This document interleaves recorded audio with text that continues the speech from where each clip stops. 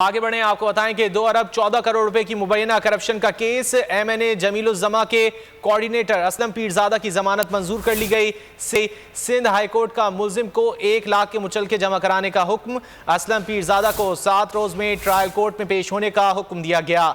तफ्तीश में शामिल होने को तैयार है, गिरफ्तारी से रोका जाए ये इस्तदा है।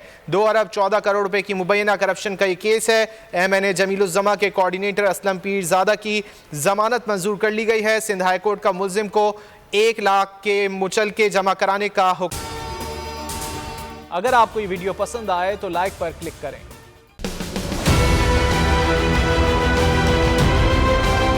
मैं आज बोल्ड टीवी वाले शोएब शेख को, उन्होंने उसकी जिंदगी को खतरा हो गया।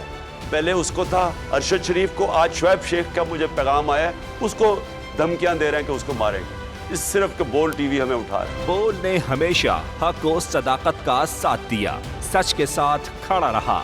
हम हैं मिसाल अब्र, मगर इस हवा से हम डर कर सिमट ही जाएंगे, ऐसे भी हमने। बड़ी मुश्किलात, बड़े बड़े चैलेंजेस, सिर्फ बोल खड़ा रहा, बोल डटा रहा।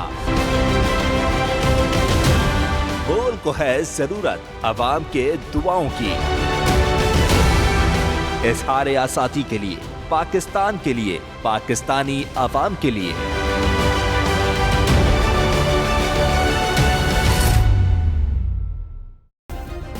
सब्सक्राइब करें और बेल दबाएं ताकि कोई खबर रह न जाए।